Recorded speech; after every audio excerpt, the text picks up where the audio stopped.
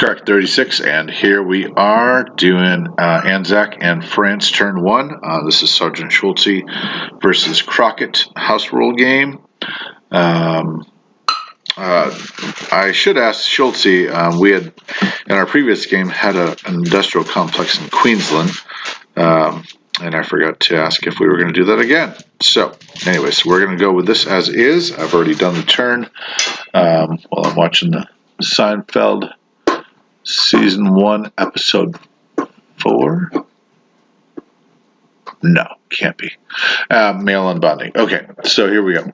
Purchase of units. We are going to purchase what? We're going to purchase an infantry and a transport. So I thought to myself, I've got units in the North Pacific. Huge Navy up here. So, and a naval yard, which means I shoot right through the Aleutians 7 all the way to Sea Zone 6. This fleet is not here, by the way. I've not updated the Japanese. My spies tell me there's a sizable force of carriers and small ships off the Caroline, and my spies tell me there is a huge Navy, battleships and carrier and cruisers down in 36. My spies tell me there's a lot of planes in Guangxi, and that Hunan, Anhui, and Shahar have been assaulted by a lot of Japanese ground forces. So I'm going to try and grab an island or two and try to pull them apart. So here we go. Combat moves. So we'll follow the buzzers. Okay, so I thought about where am I going to move the planes to, and I'm going to do the old Java thing. So thought about sending a plane to Malaya, but I ended up just going to Java. It's a strong move, gives me some money. We're not at war, so I wouldn't get the bonus if I went to NG, Dutch New Guinea, DNG.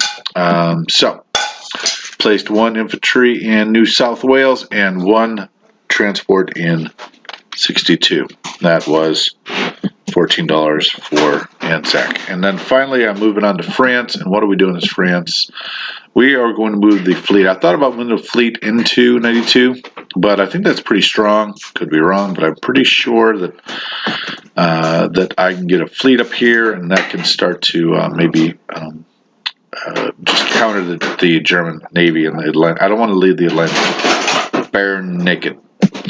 So that's what I did. I brought the destroyer up here. Hopefully forming off 98 into a super fleet. And then the usual moves. Now, in this version, we gave Tunisia to the Germans in order to do Africa Corps, because we didn't want them too far. This is 1940, so we didn't want to put the Germans right into Tobruk or on Libya even, because then your tanks could roll right into Egypt. So we compromised, put them back in Tunisia, gave the Germans $1 more, and all of the French troops were stationed in Morocco. But I didn't update my board, so now I am. And here we go. I'm going to try to edit that and give that third guy to Algeria as the French surge forward. And that will be it. So let's do a recap. Get off the history here. Show the current game. So this is accurate. He did take Greece. He did take Alexandria. He did move forward to Tobruk.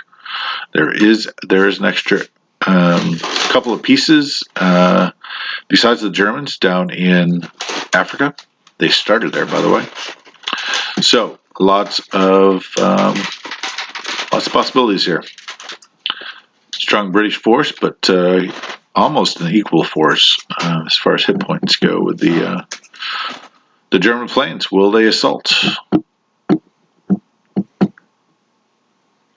All right, let's do the recap. The recap for Anzac is 1 transport in 62, 1 infantry in New Zealand, 1 artillery, 4 infantry, and 2 anti-aircraft in New South Wales, 1 destroyer, 1 cruiser in 54 in Java, 1 infantry and 3 fighters off in 42, 1 transport in Malaya, 1 Anzacian staying put, and in Egypt 2 Anzac troops. And then finally for the French, French Central Africa has got 1 infantry, as my wife jangles the the silverware. You hear that? I can hear it. Okay, so one destroyer in 81, one infantry in Transjordan, one infantry in French Central Africa, 3 infantry in Algeria, destroyer cruiser off in 91, and 1 fighter, 2 infantry in London. That is Anzac and France turn 1. I've already, I don't think I did say this actually. So I'm going to do this. Hopefully that comes up as this. That's what we want to do. All right, I will replace that. All right, that is, that's it. Crockett 36 out.